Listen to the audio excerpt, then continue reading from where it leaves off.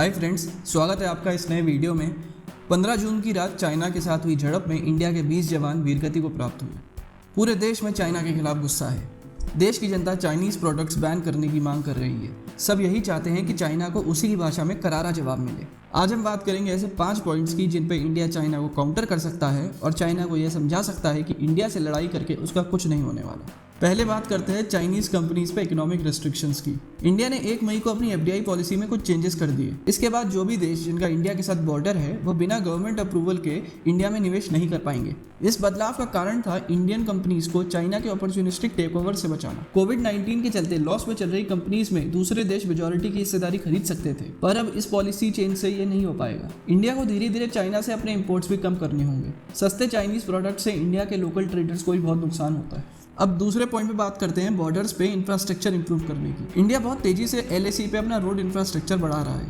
यही एक कारण है कि चाइना ने गैल्वन वैली में घुसपैठ कर रखी है। बट अभी भी चाइना के मुकाबले इंडिया का इंफ्रास्ट्रक्चर एलएसी के आसपास के एरियाज में इतना ज़्यादा अच्छा नहीं है।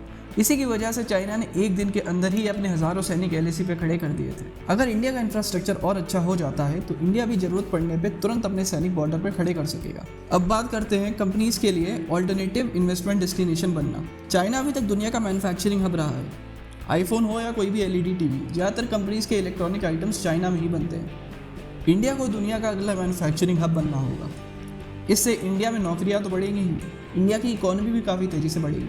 इंडिया को अगर $5 ट्रिलियन इकोनॉमी बनना है तो कोविड-19 के चलते चाइना से जा रही कंपनीज को अपनी ओर खींचना होगा। अब बात करते हैं चाइना की स्ट्रिंग ऑफ पर्ल्स स्ट्रैटेजी को काउंटर करने की। चाइना ने इंडिया को घेरना शुरू कर दिया है। नेपाल और पाकिस्तान के साथ उसके अच्छे संबंध तो हैं ही, चाइना बाकी देश जैसे बांग्लादेश और श्रीलंका को भी अपनी तरफ करने की कोशिश कर रहा है। इंडिया को इन देशों के साथ अच्छे संबंध बनाए रखने होंगे। इसी के साथ ही थाईलैंड, साउथ कोरिया और वियतनाम जैसे चाइना के पड़ोसी देशों के साथ इंडिया अगर मिलिट्री या लॉजिस्टिक अलायंस कर लेता है तो इससे इंडिया को काफ़ी फायदा होगा। इंडिया ने अमेरिका और ऑस्ट्रेलिया के साथ अभी हाल ही में मिलिट्री लॉजिस्टिक ट्रीटी साइन करी थी। अब बात करेंगे स्ट्रेट ऑफ मलक्का यानी इंडियन ओशन रीजन की। चाइना का 80% से भी ज़्यादा ट्रेड स्ट्रेट ऑफ मलक्का से होता है, जो कि अंडमान निकोबार आइलैंड्स के काफ़ी पास है। यहाँ इंडियन नेवी जरूरत पड़ने पे चाइना का पूरा ट्रेड रोक सकती है, जिससे चाइना की इकोनॉमी पर बहुत गहरा असर पड़ेगा। इसी वजह से चाइना इस एरिया में अपनी पकड़ बनाने में लगा हुआ है।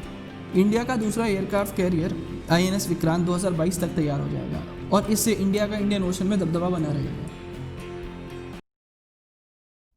तो दोस्तों, आज के वीडियो में बस इतना ही। उम्मीद है कि आपको वीडियो पसंद आई होगी। वीडियो को लाइक और शेयर करना ना भूलें। हमेशा अपडेटेड रहने के लिए चैनल को सब्सक्राइब करें और बेल आइकन को भी दबाएं।